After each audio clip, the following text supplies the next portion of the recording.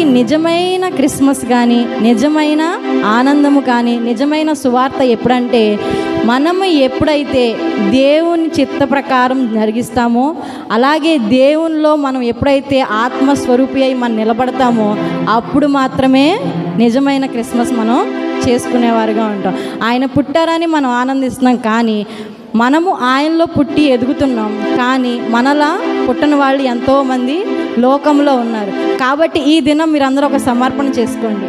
దేవా, ఈ grand Christmas రోజున నేను నీ ఎదుట నిలబడ్డాను. నువ్వు నాకు ఇచ్చిన ఈ రక్షణను బట్టి నీకు వందనాలు. కానీ ఈ రక్షణ లేక నశించిపోతున్న వాళ్ళు ఎందరో ఉన్నారు. వాళ్ళు మా కుటుంబంలో అవ్వచ్చు, మా సహోదరులు అవ్వచ్చు, మా బంధువులు అవ్వచ్చు, మా ఇరుగు పరుగు వారే అవ్వచ్చు. కానీ ఎవరు నశించిపోతున్నారో వాళ్ళ నిమిత్తం ఈ దినం నేను సమర్పణ చేసుకుంటున్నా. మళ్ళీ వచ్చే సంవత్సరం క్రిస్మస్ రోజున నిజమైన సంతోషకరమైన క్రిస్మస్